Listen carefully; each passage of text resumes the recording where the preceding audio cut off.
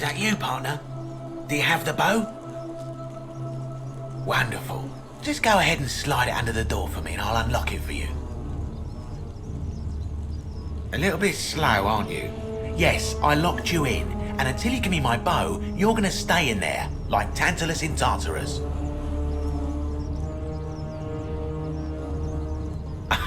No, technically, I never said that. I said, if we were to split all those riches between the two of us, infinite wealth is still infinite. It's hardly my fault if you can't tell the difference between a hypothetical and a promise, now is it? Oh, I do love a good loophole.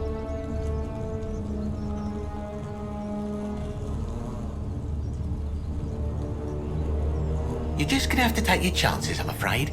The bow, now. And don't even think about giving me the fake one. I'll recognise my own handiwork.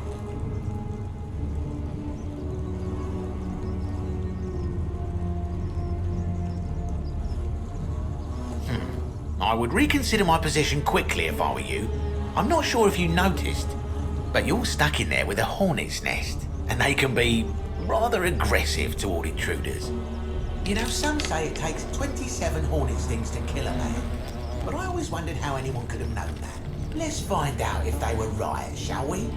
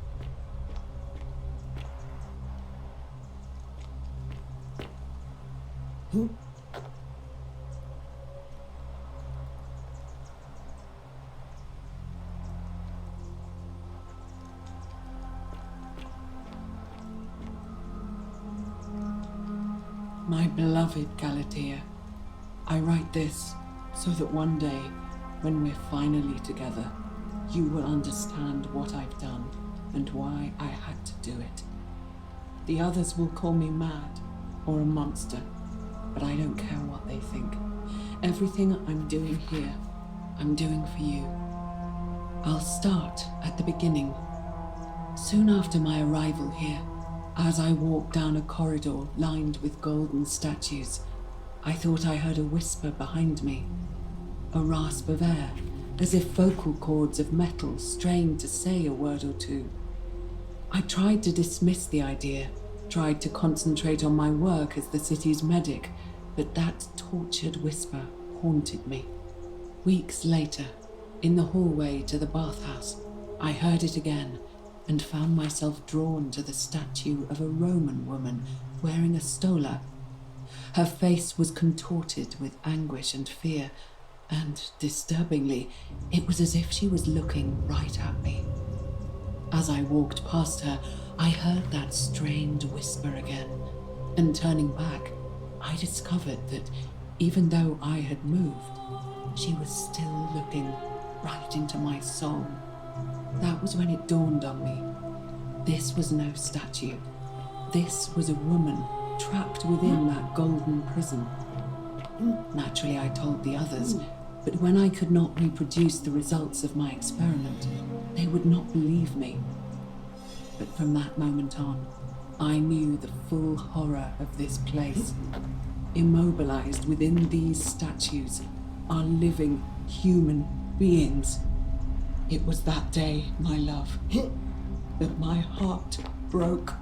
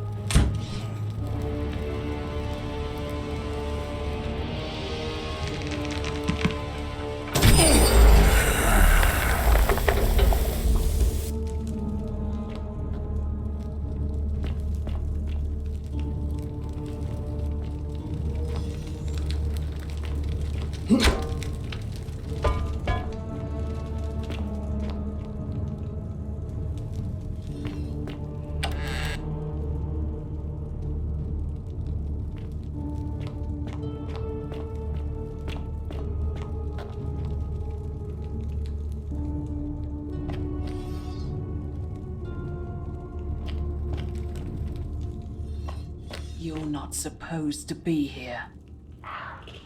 Turn the alley to gold.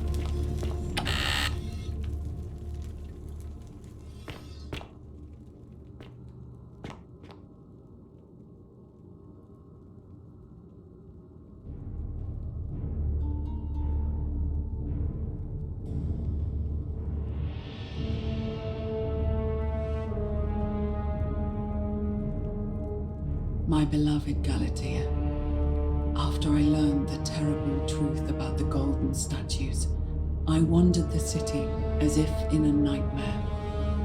What must life be like for these poor souls, entombed in gold, but kept alive somehow?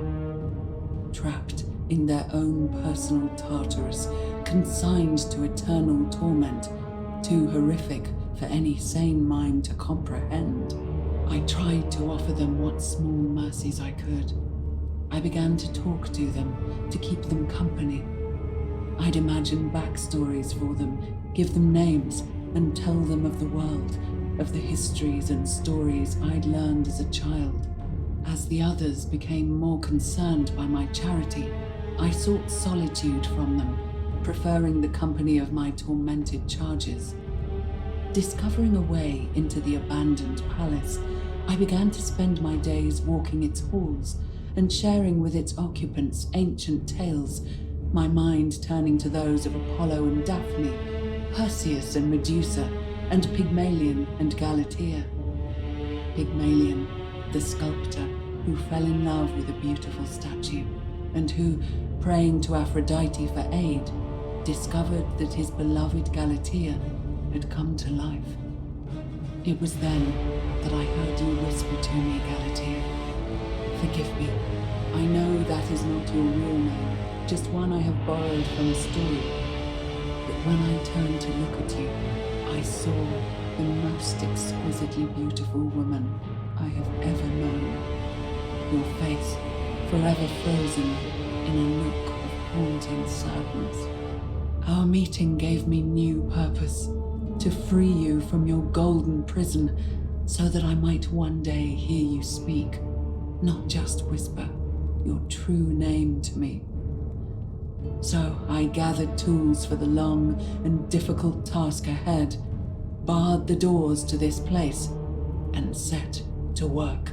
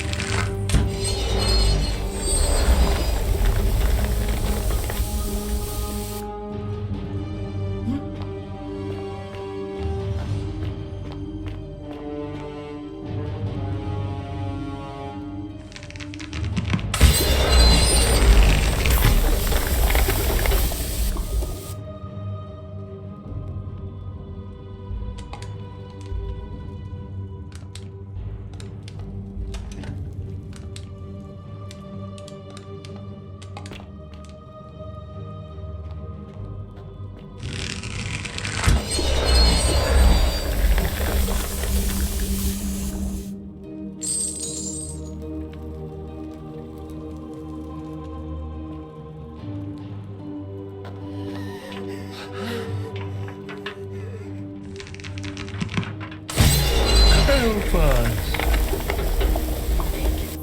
I just want to die. Kill me. Please.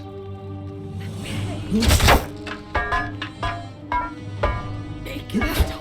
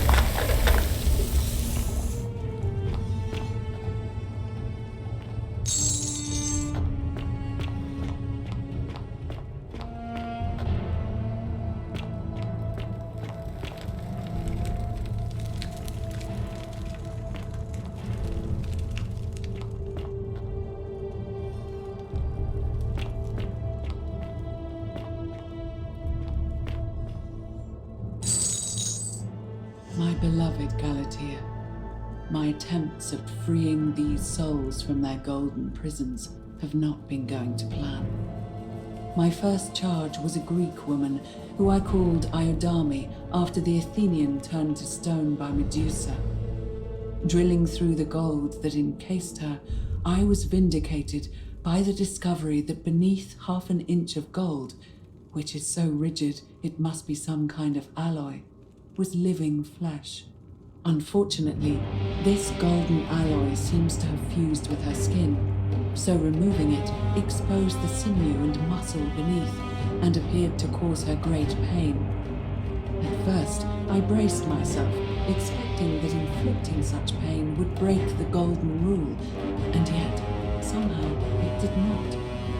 It seems whichever god is responsible for imprisoning these poor souls does not care about their suffering at all. They are forsaken. Undeterred, I pressed on, working late into the night, attempting to remove the golden layer that encased her as delicately as I could. Eventually, I was able to free most of her body, but when I released her from her restraints, her first act was to lunge for my throat, clawing at me with all her strength and those sharp metal talons. This was my thanks for trying to save her.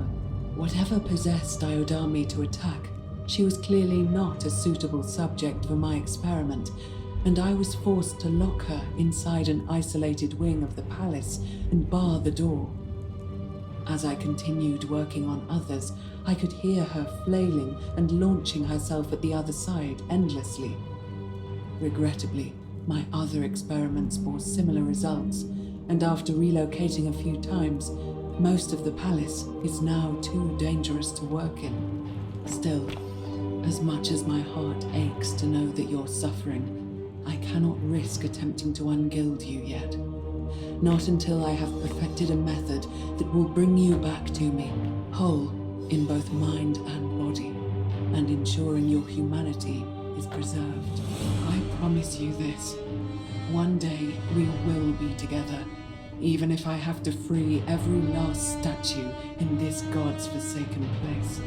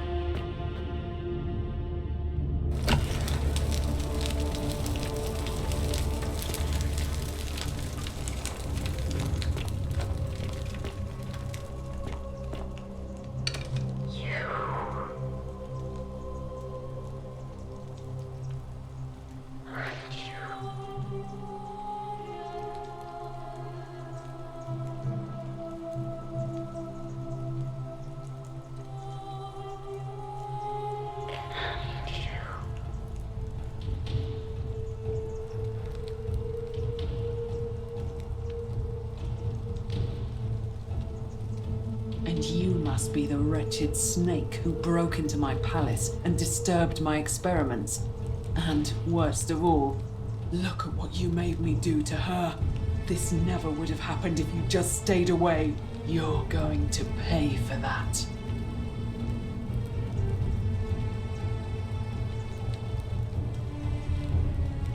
And do you think I care about that?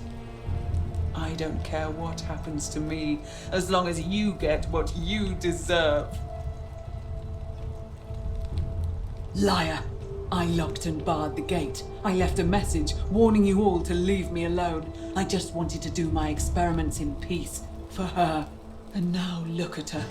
You made me turn the most beautiful woman I've ever seen into this. Look at her. She's in agony.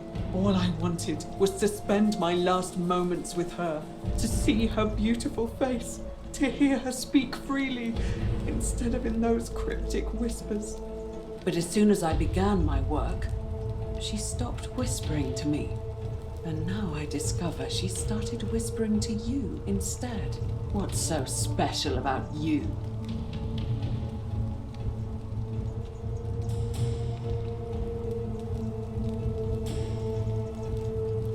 What do you mean, the same voice?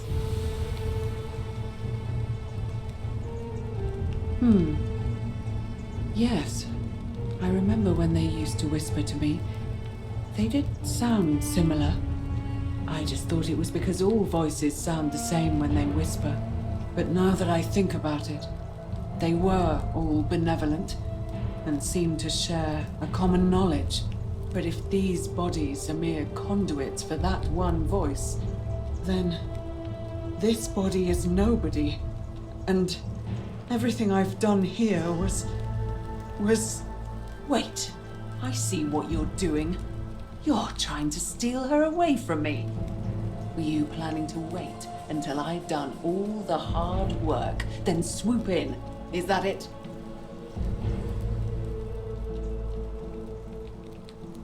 Liar! You tried to steal her away from me, and now look what you made me do. Give me one good reason why I shouldn't peel you too.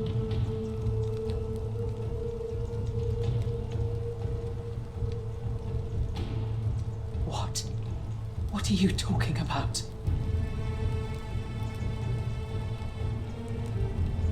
Wait. So you're saying you weren't coming for us?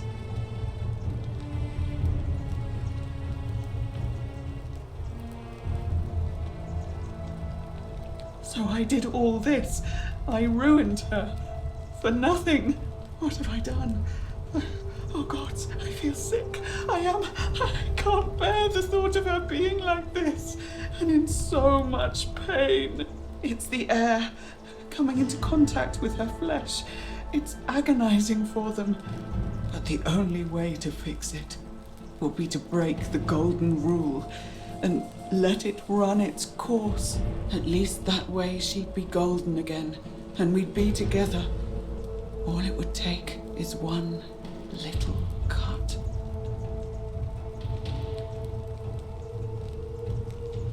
It's too late. There's nothing you can do. I have to do this. I'm sorry.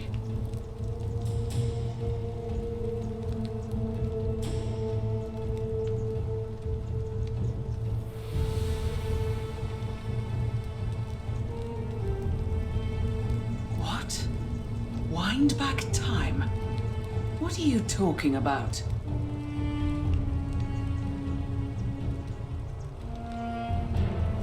What? How is that possible? The goddess of the cycle of life and renewal, of course. But I'm confused. If you've harnessed the secrets of the gods, why tell me?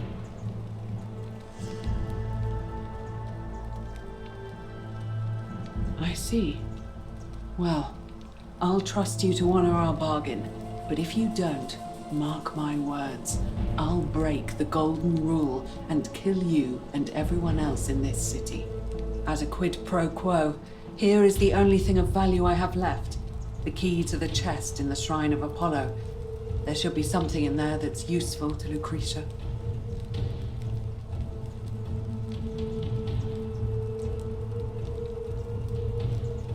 Now, please leave. The door here leads out onto the palace balcony. You should be able to make your way down from there. Go, and never return.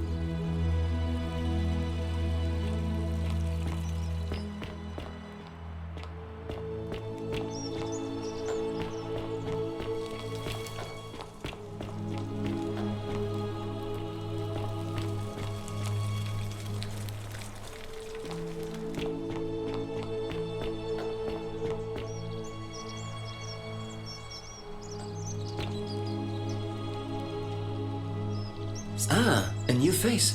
Salve, and welcome to our little community. I hear we have you to thank for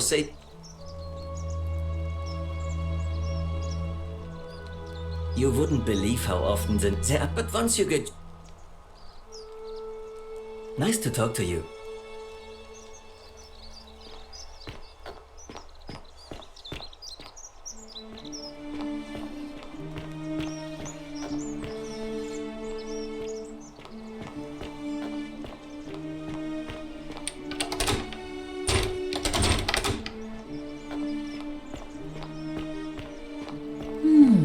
A golden bow, just like Apollo and Diana's. Feeling all right? That's a shame. Thanks again for saving Yulia's life. Apollo smiles upon you. Ah, a fellow traveler from a faraway land. Greetings, I'm Georgius. My friend, your words intrigue me more and more. But yes, very well. Ask me what you will.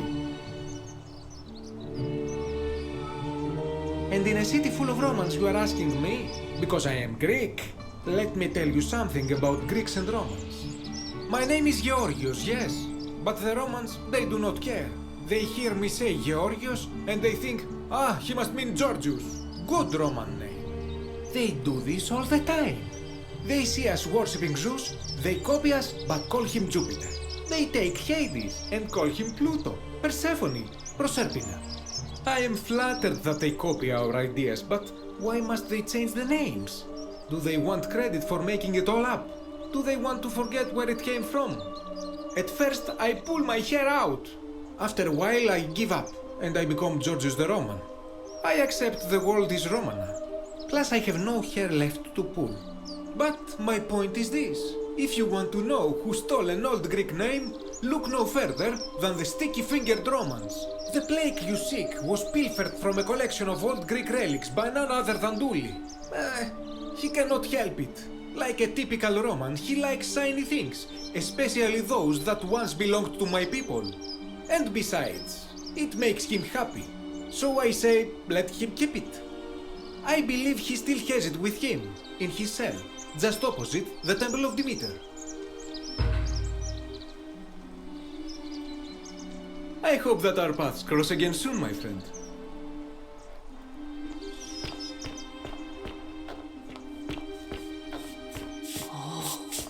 Shiny.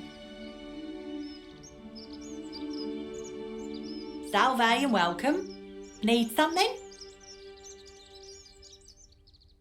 What?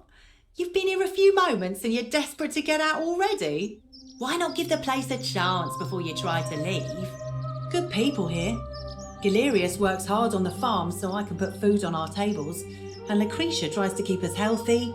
My friend Georgius is always mending our clothes, and Virgil makes sure these old walls don't fall down around us. Well, he does his best. I'm just saying, there are worse places you could live out your days. Well, I can tell from your funny accent you're not from around here, but... Oh, there's not much to tell. I mostly just bake bread and try to help out where I can. I suppose it all started about 8 months ago. I was living in Rome with my family when I got sick. Terrible timing. My pa had just arranged a husband for me, a fisherman's son. I was about to meet him for the first time when I came down with an awful fever. I spent the next week in bed. Pa paid priests to make offerings to Asclepius, a white rooster, then a goat. But nothing worked. In the end, they decided I'd do better outside the city. Clean air in the countryside would do me good, they said. But after about a day in a carriage on the Appian Way, I was getting worse, not better. I remember closing my eyes for a bit, and I guess I must have fell asleep, because when I opened them again, I was in a forest by a river. I suppose the driver took off with his fee and left me for dead. Can't say I blame him. I wouldn't have wanted to catch what I had either. Anyway, I went searching for help, stumbled across the trapdoor temple, and here I am. It's nice of you to say, but you should save your sympathy. Lots of people here need it more than I do. Oh, I try not to worry about it. I mean, if people are nice to each other, we won't have anything to worry about, will we?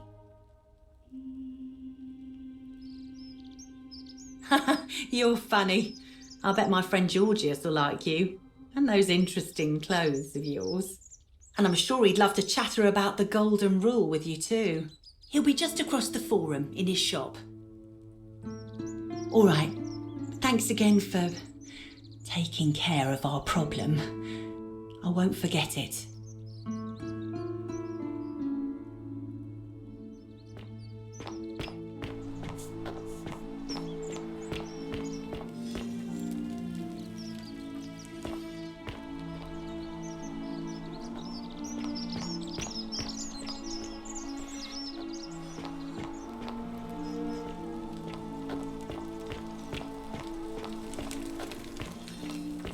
Hello? Hello? Have we met before? Do you like it? It's shiny, innit? It makes me happy just looking at it. But if I gave it to you, then I wouldn't have it anymore and I'd be sad.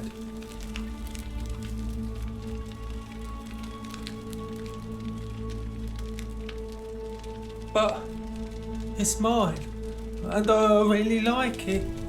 I want to keep it.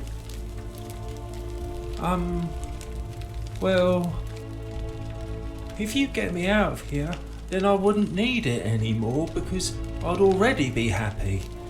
Then you could have it, and you'd be happy too.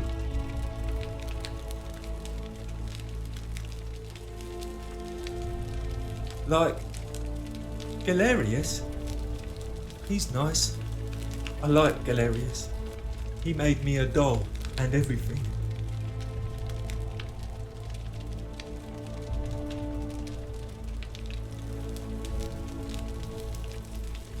Yeah, Galerius will let me out. Then you can have my plaque and everyone will be happy. Bye bye.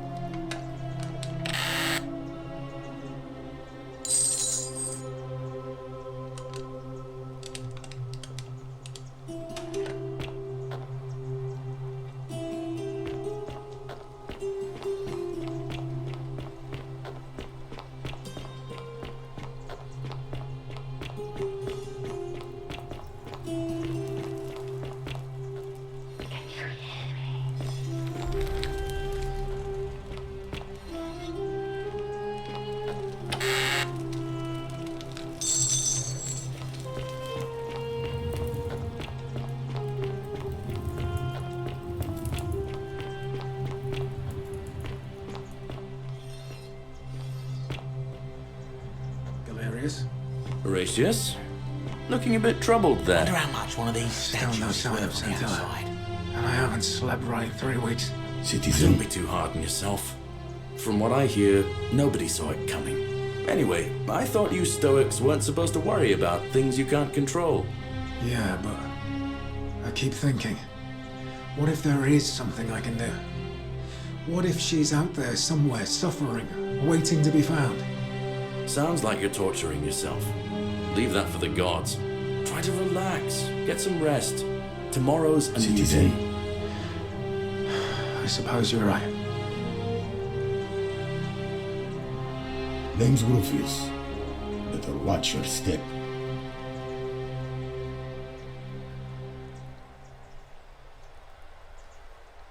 No, I don't. I did hear a rumor that Aurelia, the tavern keeper... I'll tell you this much.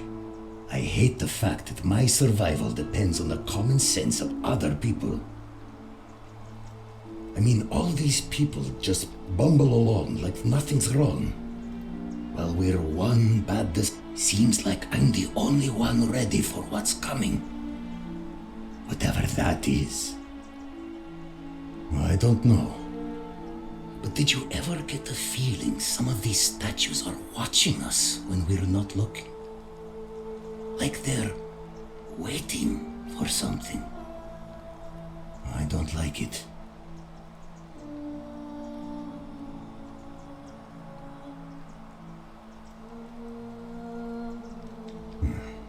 That doesn't help me.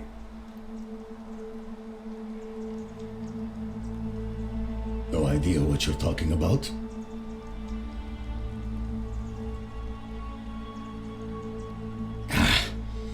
Look, I haven't been at my best lately.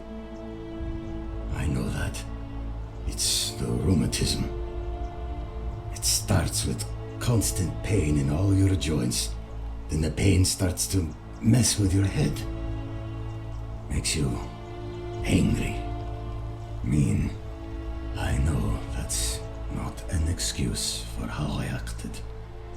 But it's the truth. But with the willow bark, I'm already starting to feel like myself again.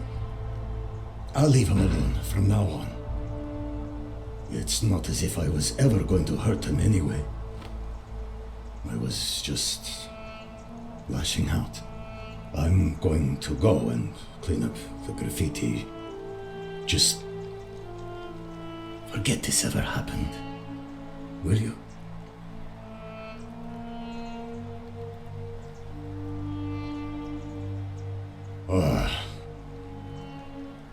Sentius, military man, knows what he's doing. No. No idea what you're talking about.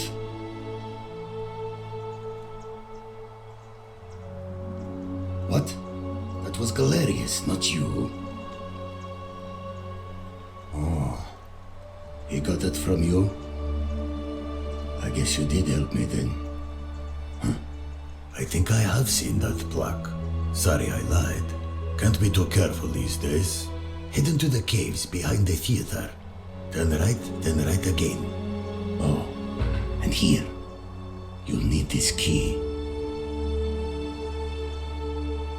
You didn't get that from me.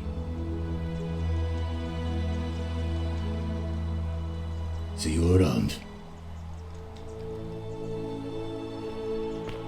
Cerberus lifts his triple head and lets out his Salve again, friend. I went and did as you asked, and Would you it stop worked. muttering like Medea How over is a it cauldron? possible? You'll scare away You've my just customers. arrived here, and you already know everyone and exactly what's about to happen to them. previous lives, but they are ignorant. This again. You're in a world of your own, Uh, aren't you? You're toying with me, right?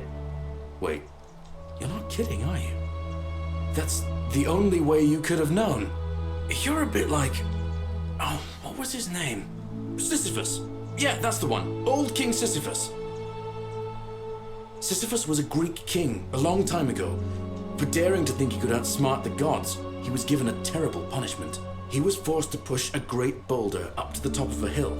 Only, just as it reached the top, it would roll all the way back down to the bottom, forcing him to start over and over and over again for all eternity. Just like you. Actually, now that I think about it, there are a bunch of old stories about the gods punishing people by making them do the same futile task over and over. Tantalus was made to grasp at fruit on a tree he could never quite reach. The Pleiades had to keep fetching water in a sieve. Oh, and Ixion was strapped to a wheel going round and round forever. But on the bright side, at least you're not stuck in the underworld like they all were.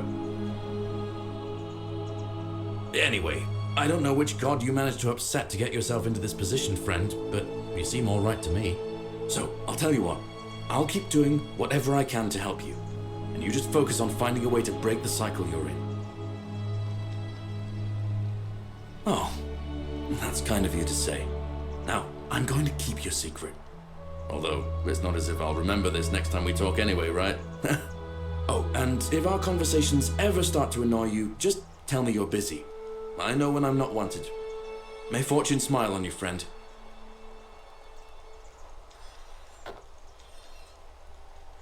Oh, hello there, partner. I'm glad you're here. I think there might have been some confusion about my little practical joke earlier.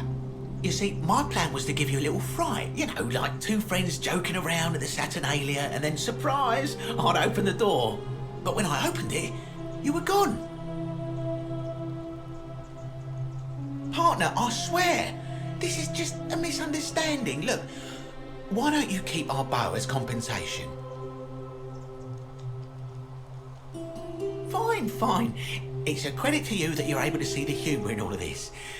Now, can I help you with something? Very well. Another time. Citizen. Don't you Vote just for love springtime? Malleolus for a free drink at my tavern. All right. Oh, you're here. I'm so glad you decided to visit. I'm Aurelia, and I hope I'm not being too forward. There's a light in your eyes I've never seen before.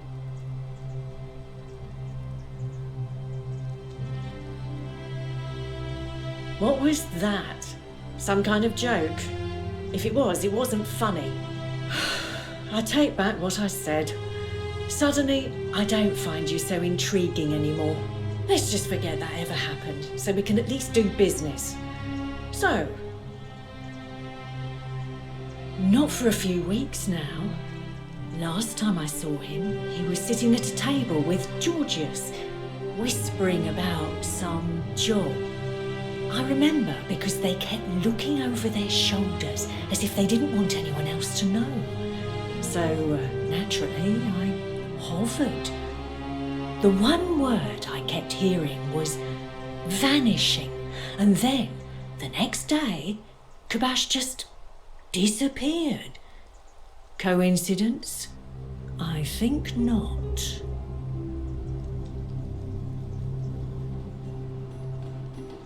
You know, normally... Straight to business, huh? I can work with that. As a matter of fact, I do know a way out. I'm happy to tell you all about it, but this is valuable information we're talking about, and I don't just give it out like some cheap oracle. So, how badly do you want it? Is it worth, say, 1,000 denarii to you?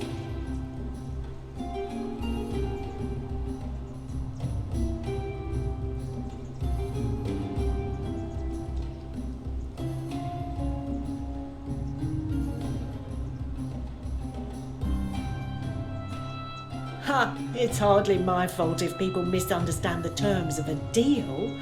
I mean, it does say, let the buyer beware, right outside my tavern.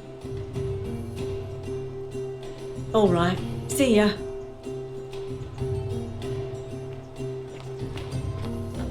Ixion turns. Just as the ocean accepts the rivers of all the world, so this place accepts all the souls, but it does not notice the crowds that come.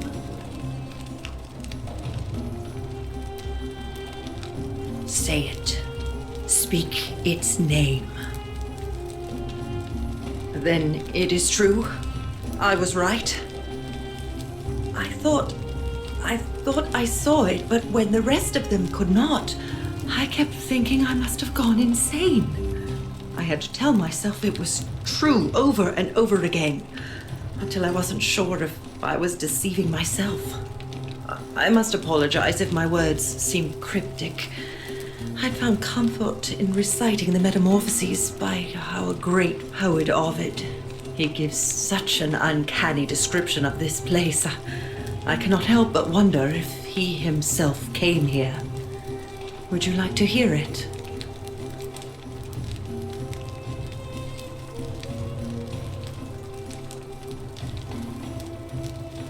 I will do my best to remember the relevant verse. There is a downward path, gloomy with fatal yew trees. It leads through dumb silence to the infernal regions. The sluggish Styx exhales vapor, and by that way, the shadows of the newly dead descend, entombed with full rites, and the ghosts of those, at last, given proper burial. The wide, thorny waste is cold and pallid, and the newly arrived shades are ignorant of the road that leads to the Stygian city, where Black Dis has his cruel palace. As the ocean accepts the rivers of all the world, so this place accepts all the souls, and is never too small for any populace, nor notices the crowds that come. There the bloodless shadows wander without flesh or bone.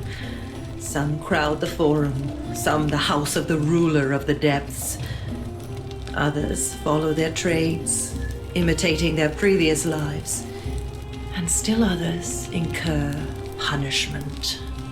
I hope I have done it justice, and now we share a secret. It's as if you've lifted a great burden from my shoulders. Thank you, friend.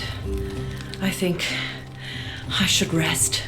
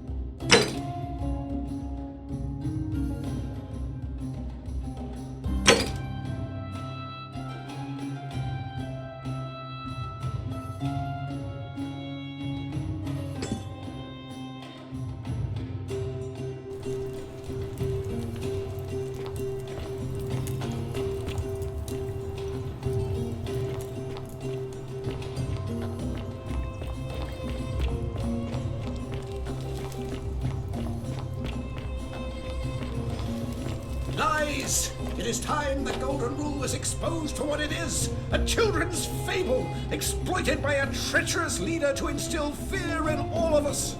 This is why he's in his gladiator gear. They've been planning this all along. Shut up, all of you. The magistrate has spoken. I'm going to enjoy killing you, old man. The many shall suffer for the sins of the one.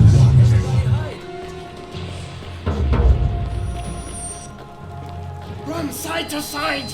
Everybody hide! Then hit you!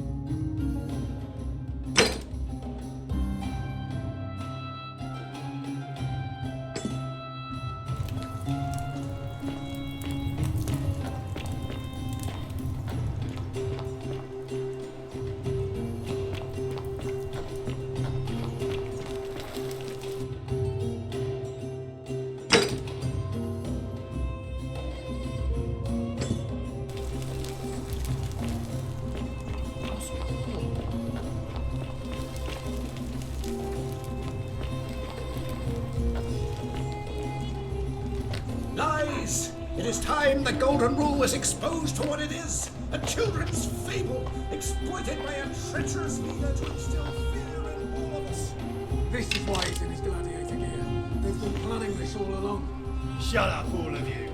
The magistrate has spoken. I'm going to enjoy killing you, old man. The many shall suffer for the sins of the one.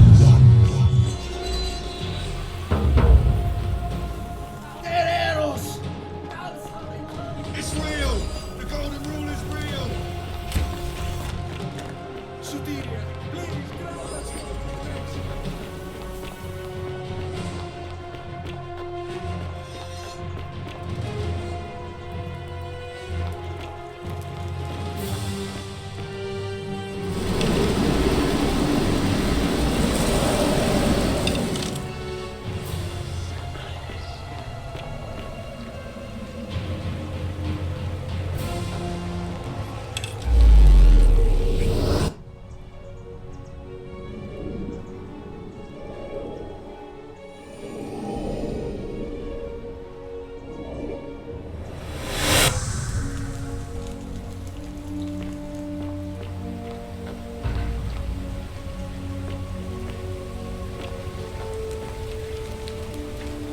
Salve, friend. Mind telling me who you are and...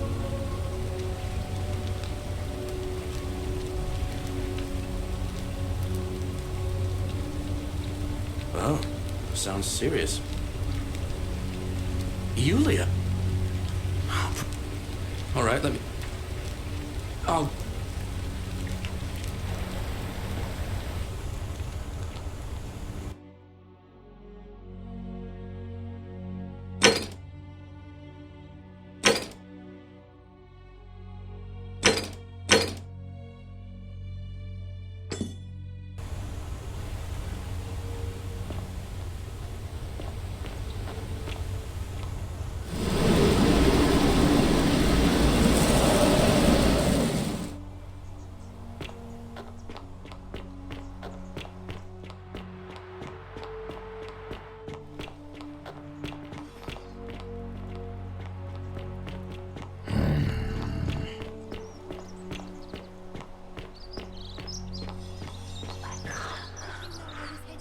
Hello there, friend.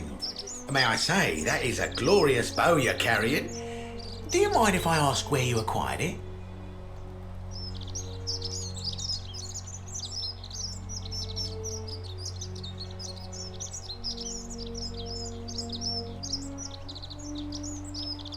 Are you well, stranger? Have you been out in the sun too long? You seem a little confused.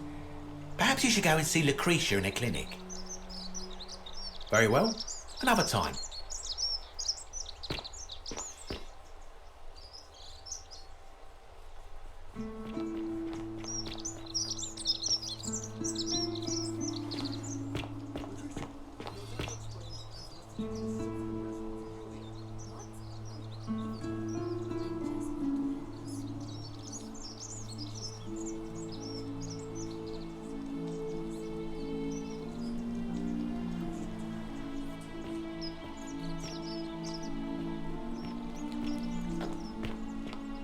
Curse you, cultist.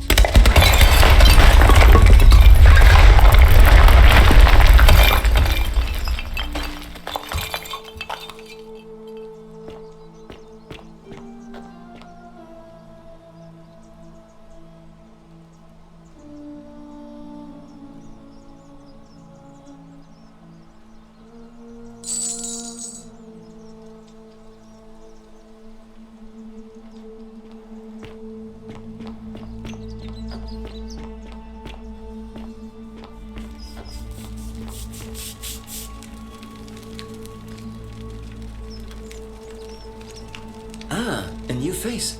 Salve, and welcome to our little community. My name... I hear we have you to thank for saving Julia's life. I'm glad you arrived when you did. What demon or spirit told you about that? You went snooping in his place? That was risky. We're lucky you didn't cross any lines. Have you spoken to him about it? I would talk to him myself, but I think that would just inflame the situation. It's probably best if you do it, if you don't mind.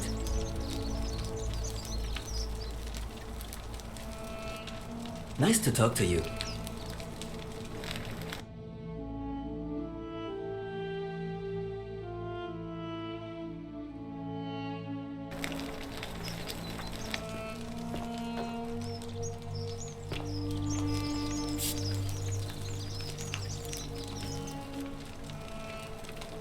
Welcome back.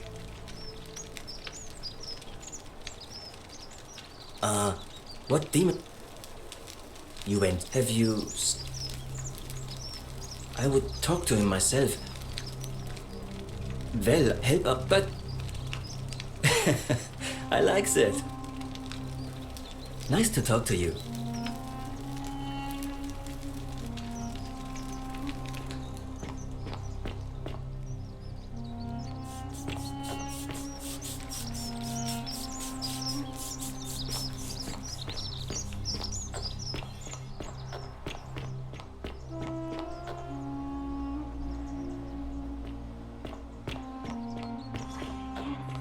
Citizen.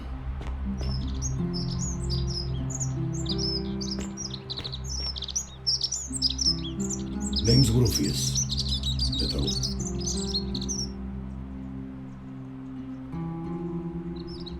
No idea what you're talking about?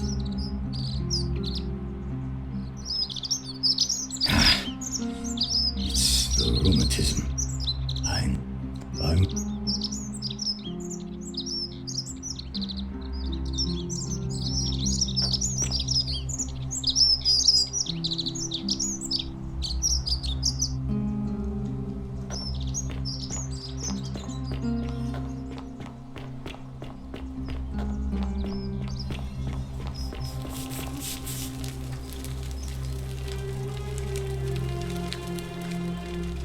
Welcome back. You went. Have you... Really? How did you manage that?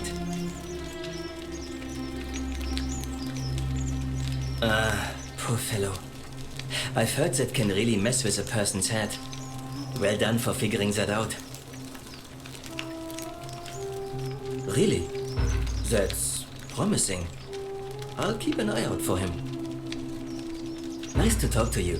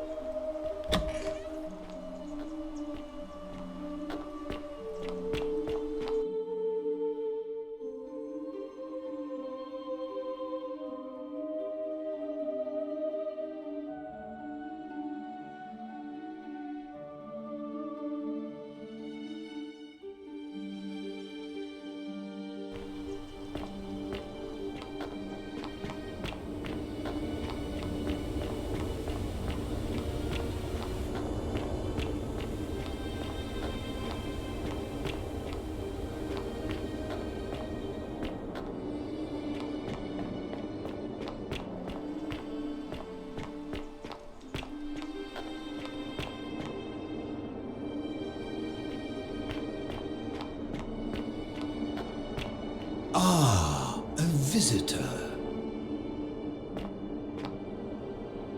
Welcome, welcome. May I ask your name? It is best you do not know my name, for merely to speak of my existence in the city above could bring destruction on you all. Tell me, what brings you all the way down here? Ah, Kabash. I know this man. He came through here some weeks ago. I will tell you everything I know, but first, a request.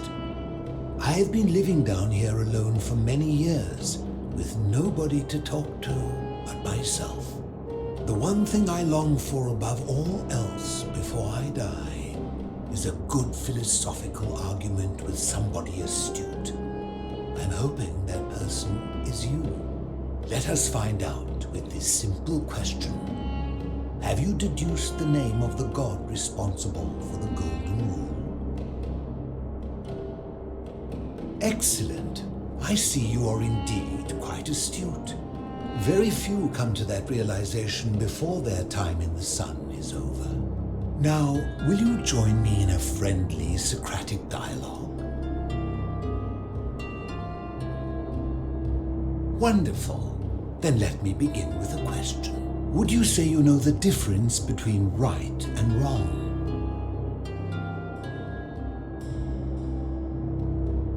You are an overthinker too.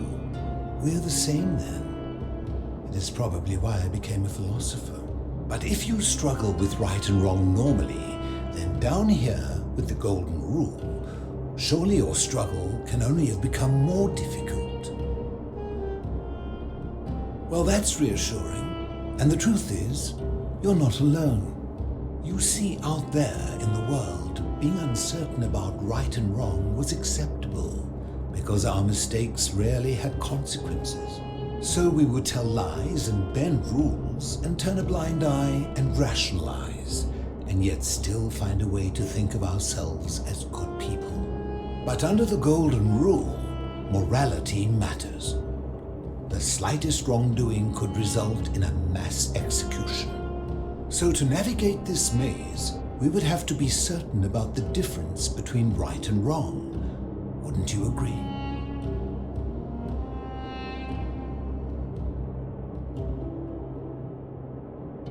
That is an excellent question, and it leads directly to my next line of inquiry.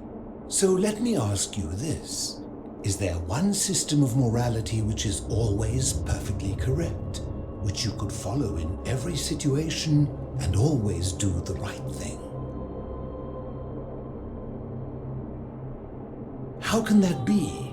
Since they all have differences, it follows that in some cases they would offer different conclusions about what is right and wrong. If there is a correct moral code, then wouldn't it follow that only one can be the correct one?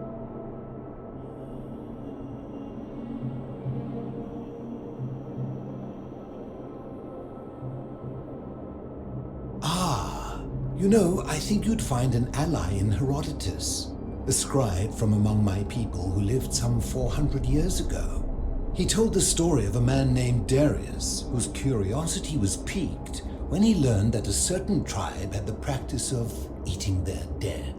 He asked some Greeks who burnt their dead, "What would it take for you to eat your dead?" Aghast, they replied, "Nothing." Then he asked the tribe who ate their dead, "What would it take for you to burn your dead?" "Nothing," they replied, equally aghast.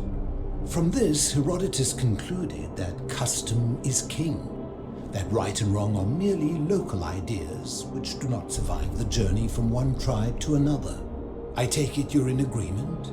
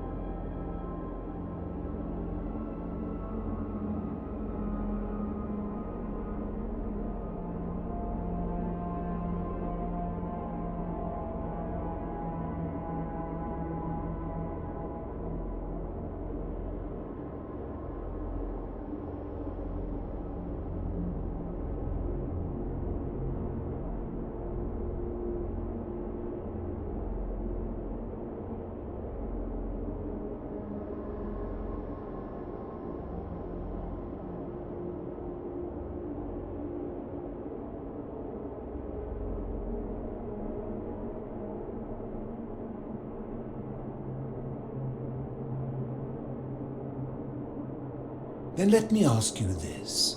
If you visited a tribe where they ate each other, copulated with the dead, and drank wine from cups made out of human skulls, would you still maintain that within such a tribe there is nothing wrong with such conduct? And that's a credit to you. It is the mark of a civilized person to change their position when presented with a superior argument. My point is this. I don't think anyone alive truly knows any hard and fast rules about right and wrong. Surely you would agree there are circumstances where an exception may be made, such as where it is necessary for self-defense or to prevent a greater evil. For any rule, you can imagine there are countless situations in which that rule may be suspended, and those situations are impossible to codify. If there is one thing I have observed about rules, it is that virtuous people do not need them, and evil people will always find a way around them. And so we must accept our limitations, and the sad truth that no human society will ever achieve the utopia for which it strives. In mathematics, we would call it an asymptote, a line that can be approached but never reached. Because the only way to create a utopia is with the ever-present threat of force, such as the Golden Rule. This and no other is the root from which a tyrant springs when he first appears as a protector. And life under tyranny is no utopia at all.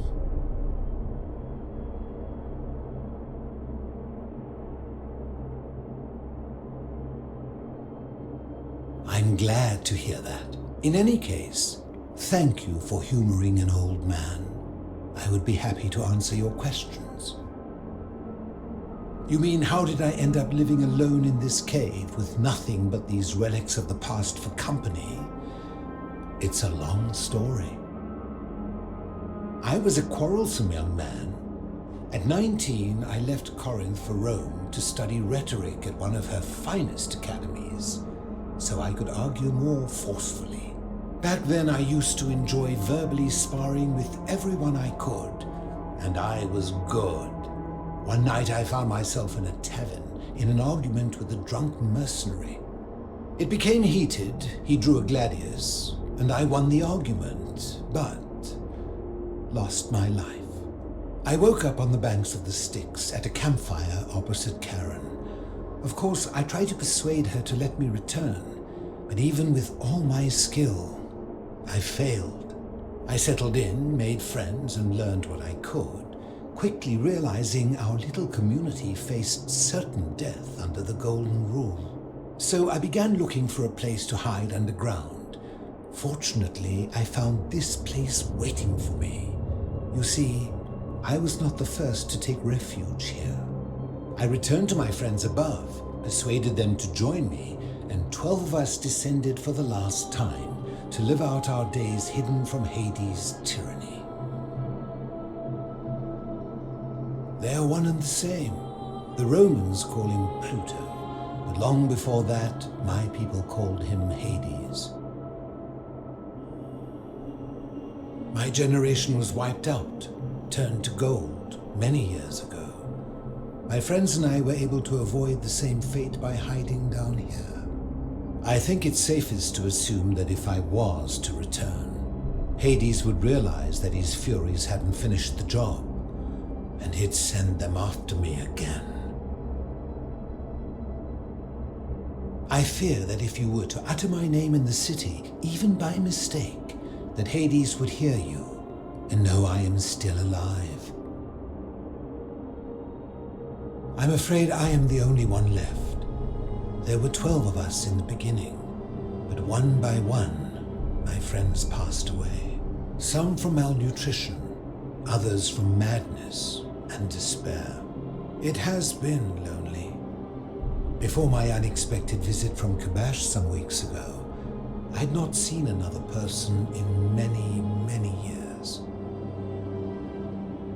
Living in darkness is not without its challenges.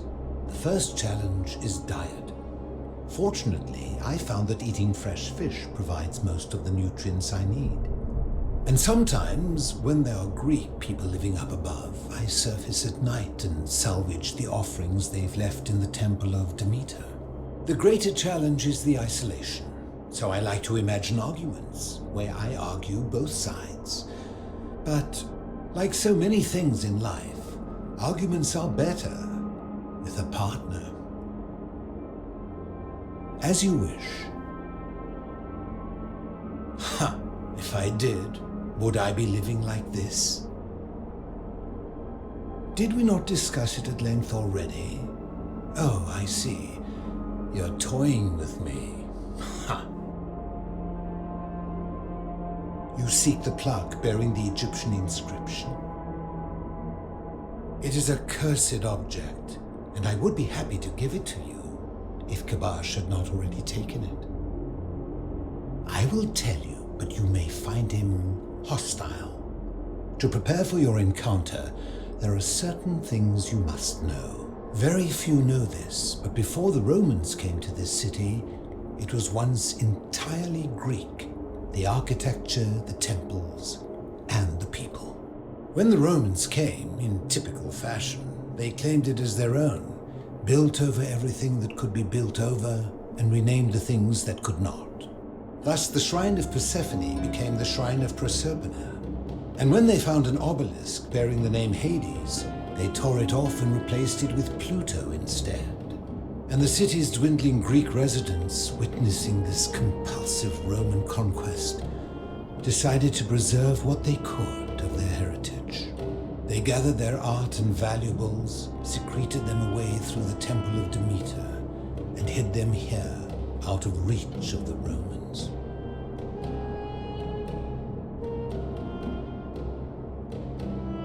I'm getting to that.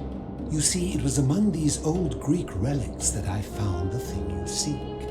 An even older plaque bearing an Egyptian inscription. We had no idea until years later when the first of my friends began to die. As a result of their deaths, we began to dig catacombs branching off from this cavern to lay them to rest. We extended the tunnel so far that we accidentally discovered another, an even older tunnel, which somebody had gone to great lengths to keep hidden. Suddenly it made sense why there was an out-of-place Egyptian plaque among our people's possessions. You see, we proud Greeks had thought the Romans beasts for stealing and corrupting our heritage. But it turns out this game has been going on much longer than any of us imagined. I think it is best you head through the catacombs and follow Kabash's trail. There are certain things you must see for yourself. Take this key. You'll need it to open the gate.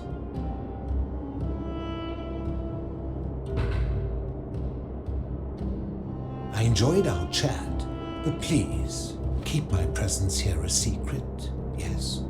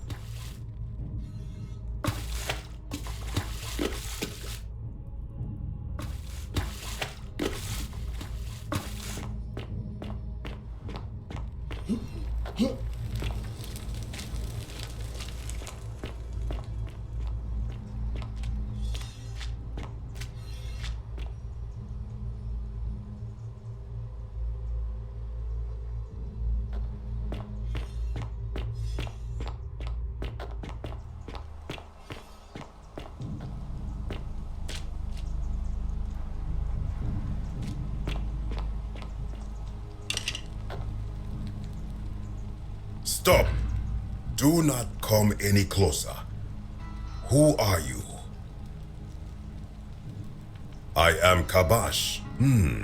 And let me guess, another Greek or Roman come to loot and plunder the resting place of my ancestors,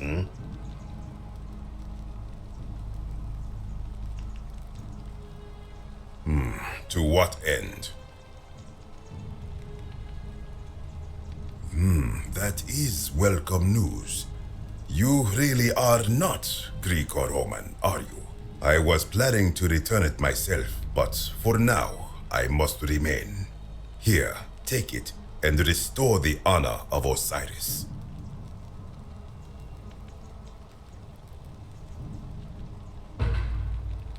Now, as for the other plaque.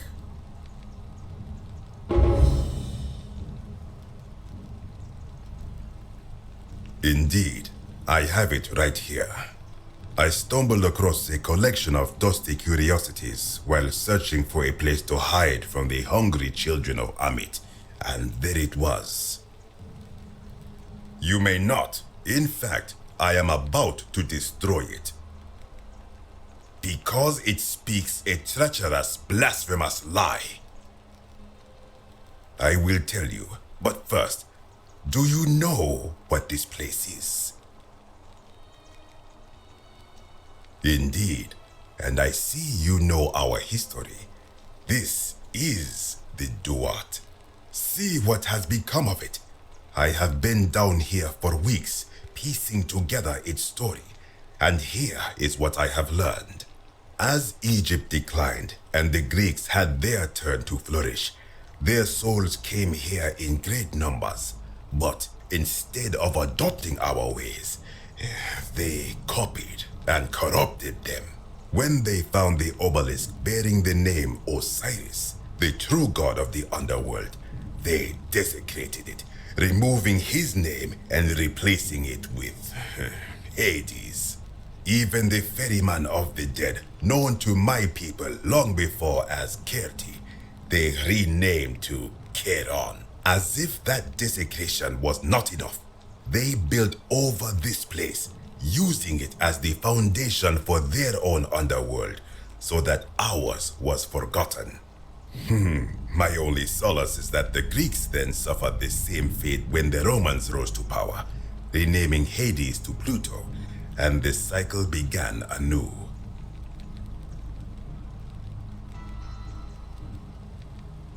I am glad to hear it.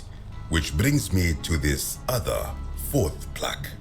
It is inscribed with a script I do not recognize, but it is ancient, almost as if it is older than the plaque bearing Osiris's name. But if that is so, it would imply the gods of Egypt are mere imitations too, copied and corrupted from an ancient people who prospered even before us. And that my people did to them what the Greeks and Romans did to us. But this I cannot accept. I sense a deception, Perhaps it is the work of Set, the usurper, seeking to undermine Osiris once more. You will never know. This work of sacrilege must be destroyed, thrown into the black abyss below in Osiris's name.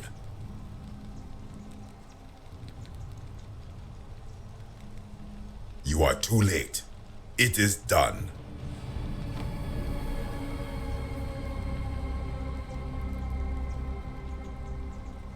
You would plunge into the depths of the Duat with no way back up.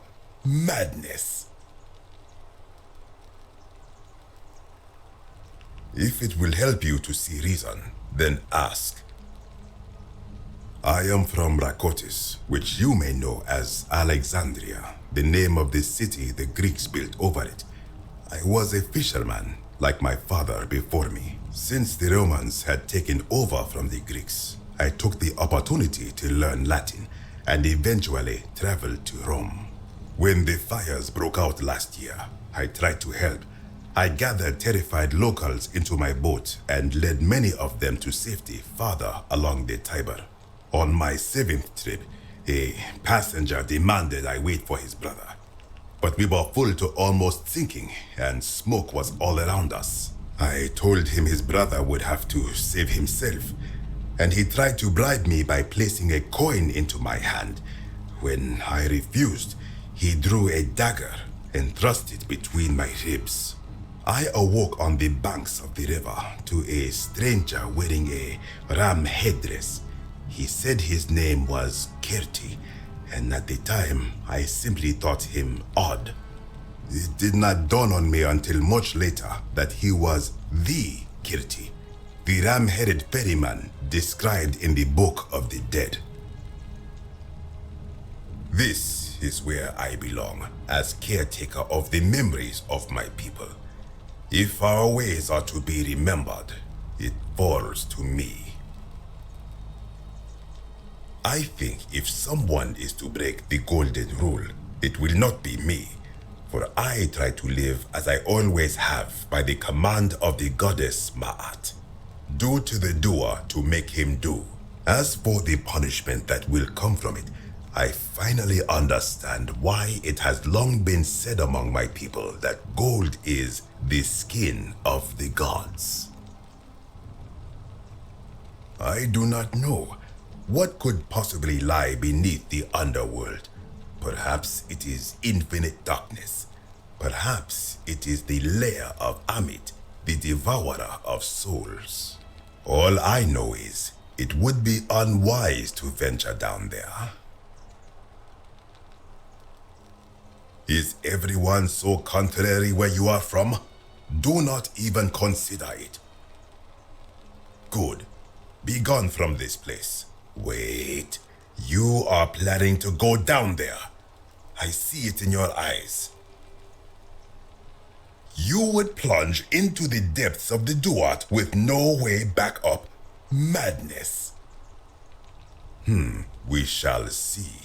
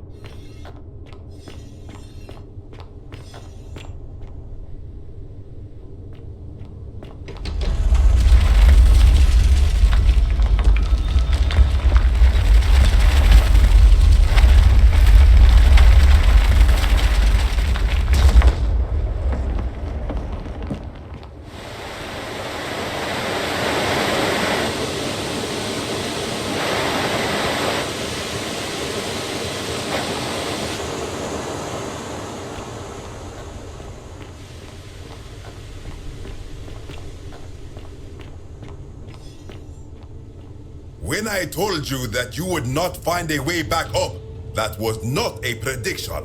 That was a promise. You will die here.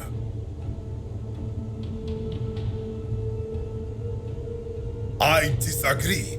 I warned you against coming down here, against perpetuating this sacrilege, but you persisted.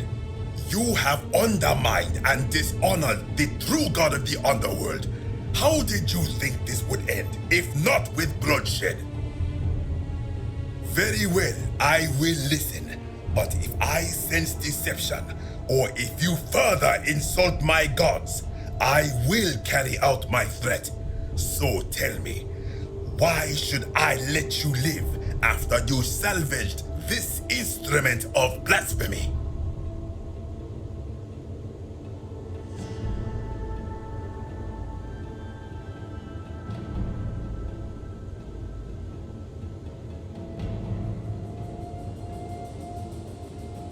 Then you admit it. You wish to destroy the sacred beliefs of my people. I will not allow this. Many of my ancestors endured great hardship to live good lives so that we may descend to the Duat in death and be judged accordingly. We prepare to have our hearts weighed on Anubis' scales and to swear ourselves innocent of sin before the 42 assessors of Ma'at. And yet, I arrive here to find the Book of the Dead contained only a seed of truth. And now, I ask myself, did our priests steal and embellish the stories of an older people and feed us lies all our lives simply to trick us into obedience?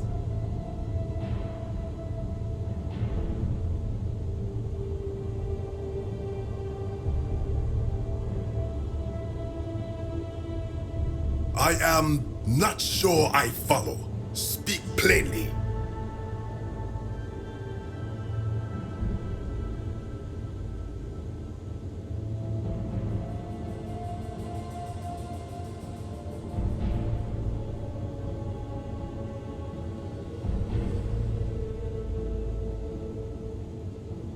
Now you insult me and all of my ancestors. You have sealed your own fate.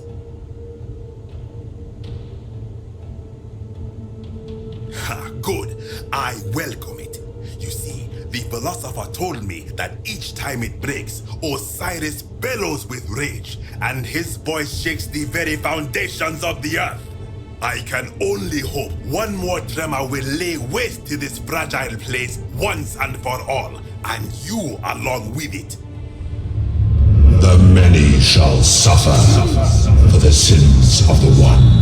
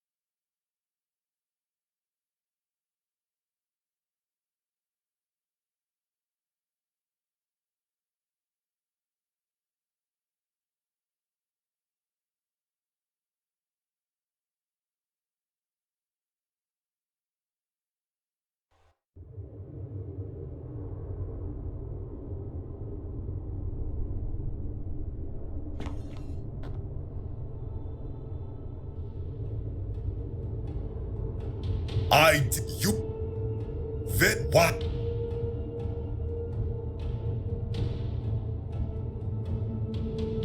Why? To what end?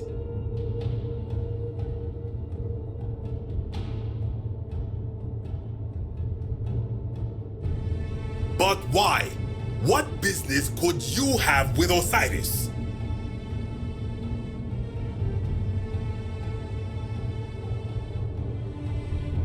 Blasphemous fool! You have sealed your own fate.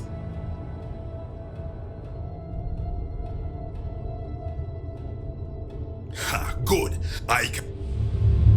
The many shall suffer for the sins of the one.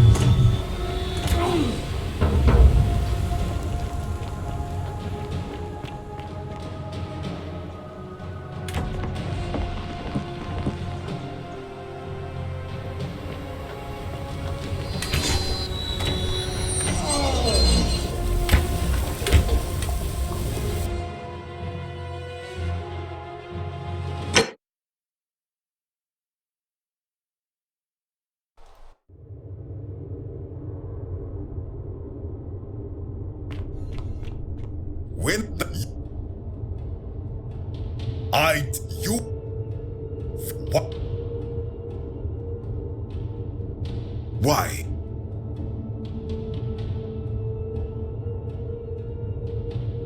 But that makes no sense.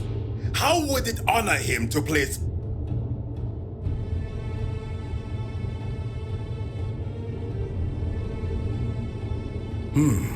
Now that I think about it, my people would sometimes call Osiris the god of many names.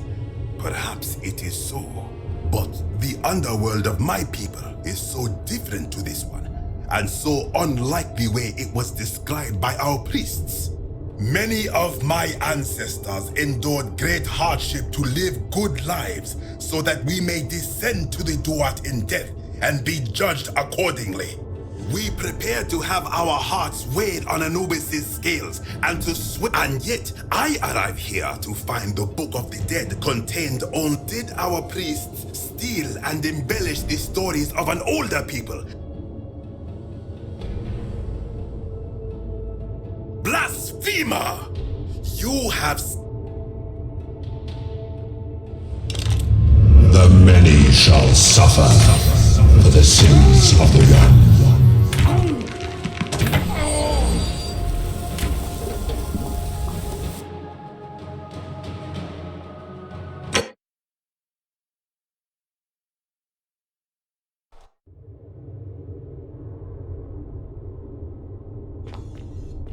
When the... What? That may be true of many things, but this is different. If our gods were copied and corrupted from an older civilization, does that not mean they are false? Does that not mean our prayers to our gods all fell on deaf ears because we were not even addressing them by their true names?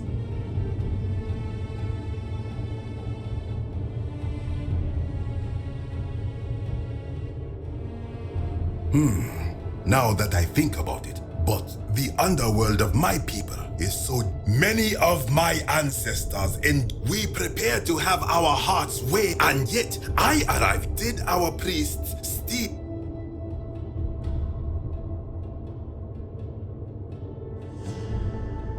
I am not sure.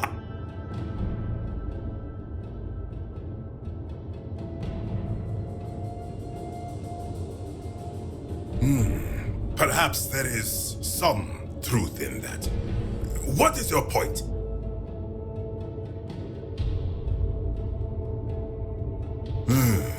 You are persuasive. Very well. I will let you live, and you may do what you will with that plaque. I will remain here for a while and attempt to learn what I can about the foundations of my people's beliefs. Go.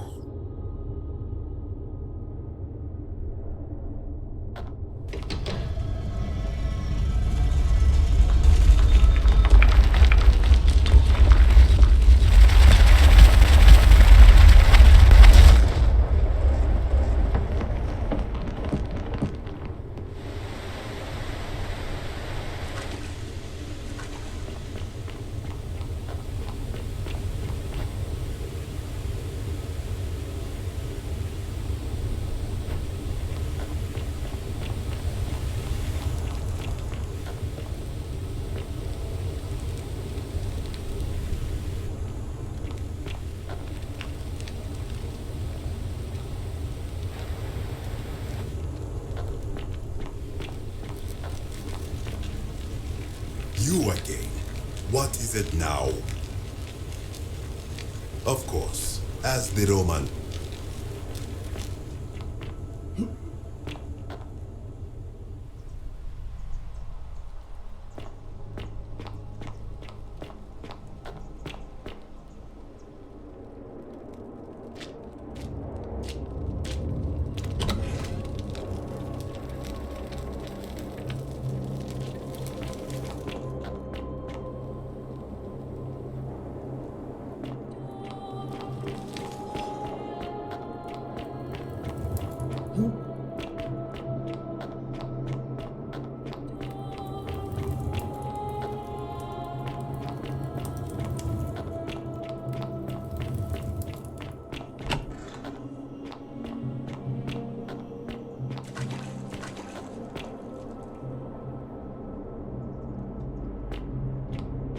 Ah, you've returned. Good to see you again, friend. Did you find what you need? I enjoyed our chat.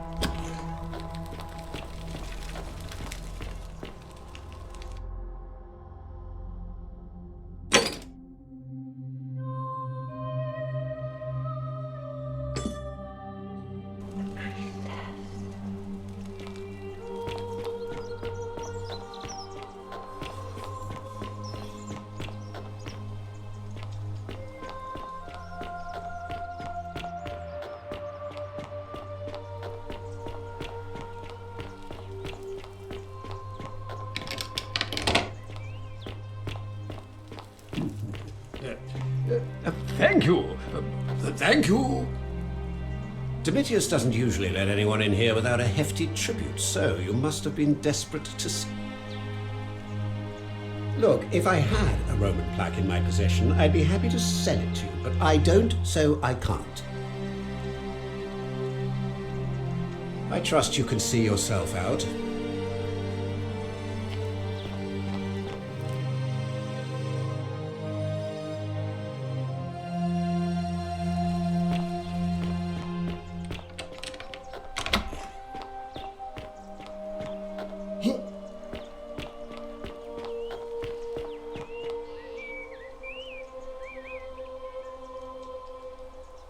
What now?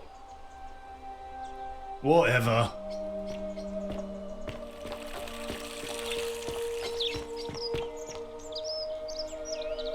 We're finally alone.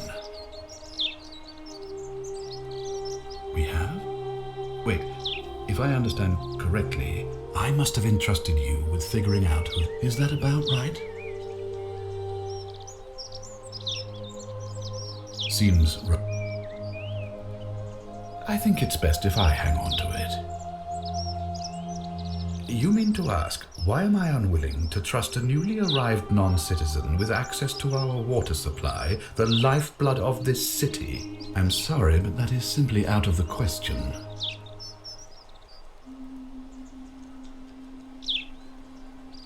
Yes, our water supply. From you. I wasn't born yesterday. Poisoning a city's water supply is the oldest trick in the Codex. Quite literally.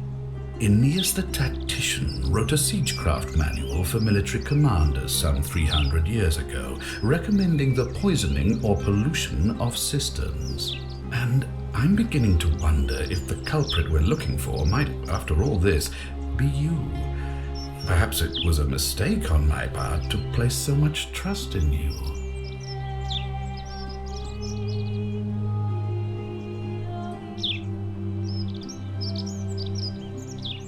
I'm glad to hear that.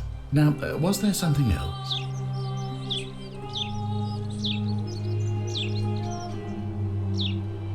You mean Duilius? Release? Perhaps you're not aware he was caught. Look, I can see where it was here, a privilege that would be taken. The man has no self-dis. I will not jeopardize the lives.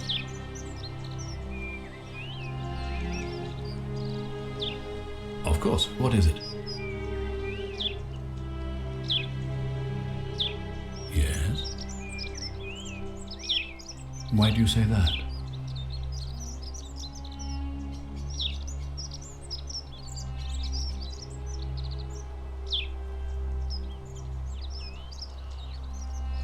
Despicable, but did it break the golden rule? Then it seems the gods are not concerned with her conduct, so she can't be the one you're looking for. It looks like you'll have to continue your investigation. Now, was there anything else? Of course. Yes? Why then did you say... It doesn't matter. It looks like you'll have to continue your...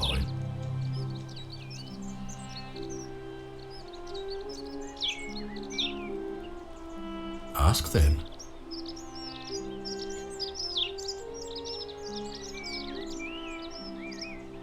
Good. Now, thank you.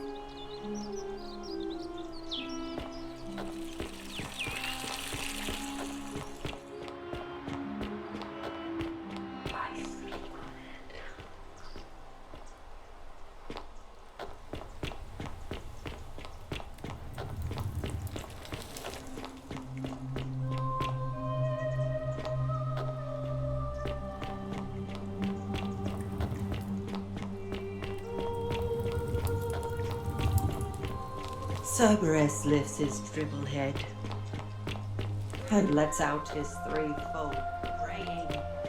Livia! Here over a cauldron. You'll scare away my customers.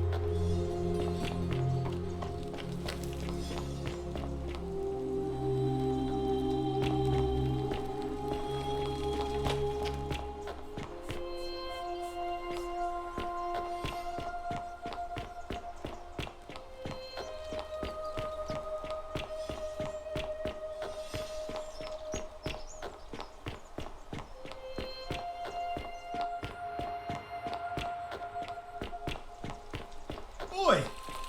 How did you get in there?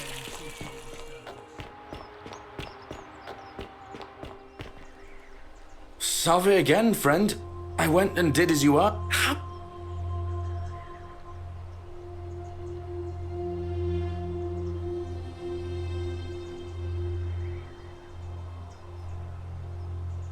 Oh, of course.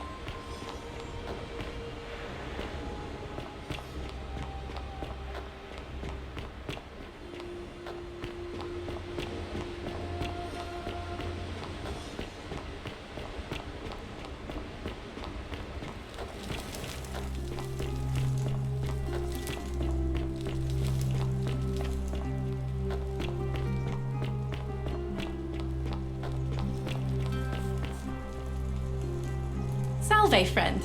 I'm Octavia. Welcome to life under the Golden Rule.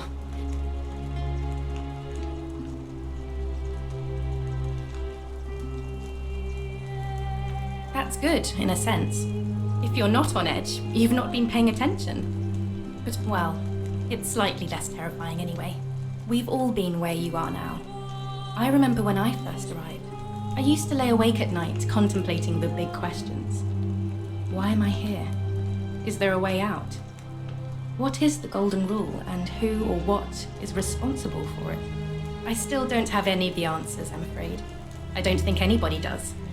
But I'm happy to share with you what I've learned. All right, well, it was lovely to meet you. I can't believe this is how it ends. Oh no, no, no, no, no, no, no. Ulpius, what are you doing? Get back from there. If you lose your balance, you'll fall. That's the idea. What? Why? Why would you want that? Why do you think I'm stuck for the rest of my life working for a man who treats me like an animal? Please. I'm sorry. Please, help.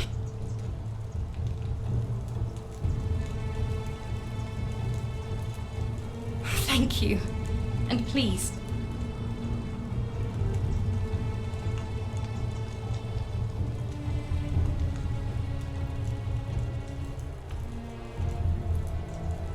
You know about that? Well, if you don't understand, I don't want to hurt. It's too late for that. If I backed out now, I'd be... Oh, really? That changes things a little. But we're still in debt bondage to that monster.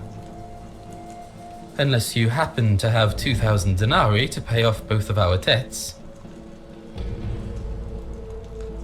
Julia and I are in debt bondage to Malleolus. We might as well be slaves. And that's how much it will take to buy our freedom back. Oh, so it's my fault. Is that it? You know what? Forget it. I am out. Wherever you are, Centillum, my love. I'm sorry. Ulpius, no!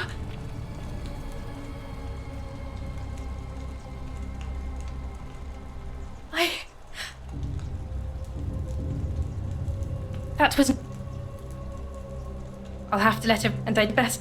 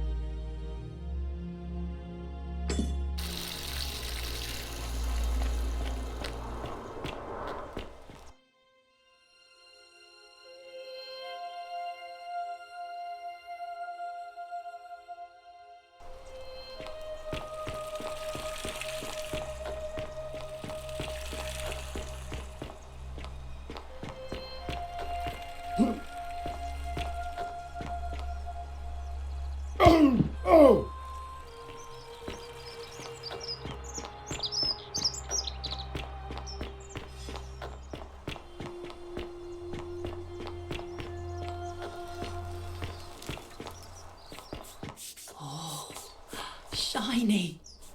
Hello there, friend. Well, I'll take your word for it.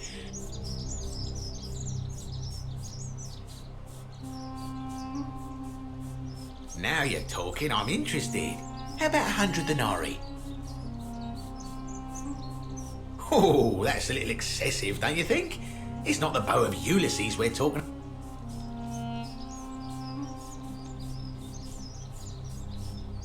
All right. But I'm going to need you to tell me before I pay up. Wait. Let's not be too hasty, friend. I just want a little assurance that I can trust you, that's all. I suppose you're right. All right, you drive a hard bargain, but here's your money. Now, the location of that bow.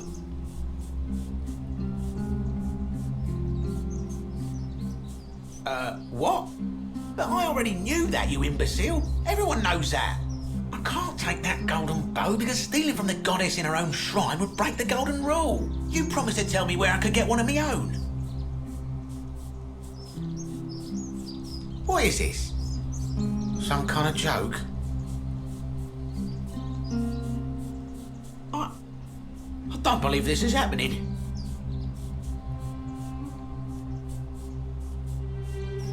Don't even talk to me.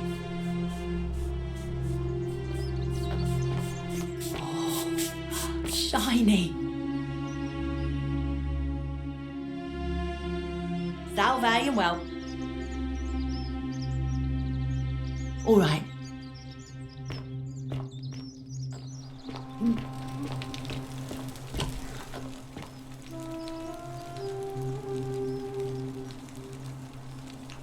Sorry, I'm still a bit out of it. Galerius, was there something you wanted? No. I did hear from Ulpius that she disappeared. It's very sad. She was such a lovely young woman. But I'd been locked in Malleolus's villa for months before she went missing, so I can't help you, I'm afraid. You mean my life story?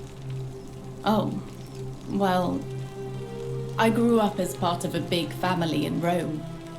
Me and 3 older sisters.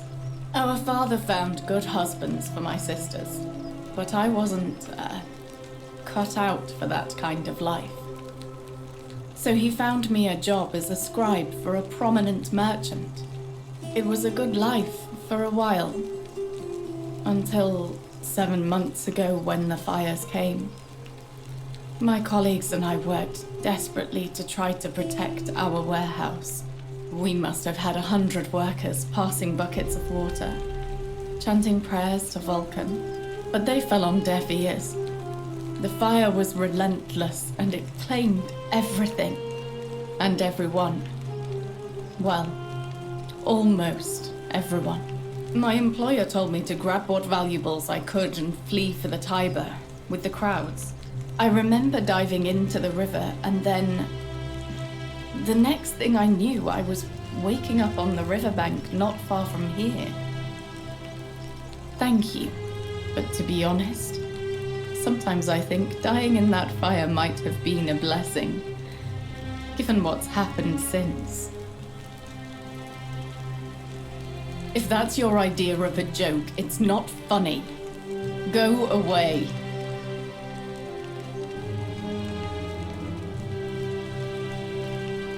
I know what kind of person you...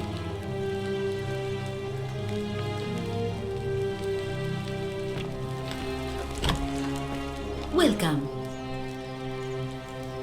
Feeling all right? That's a shame.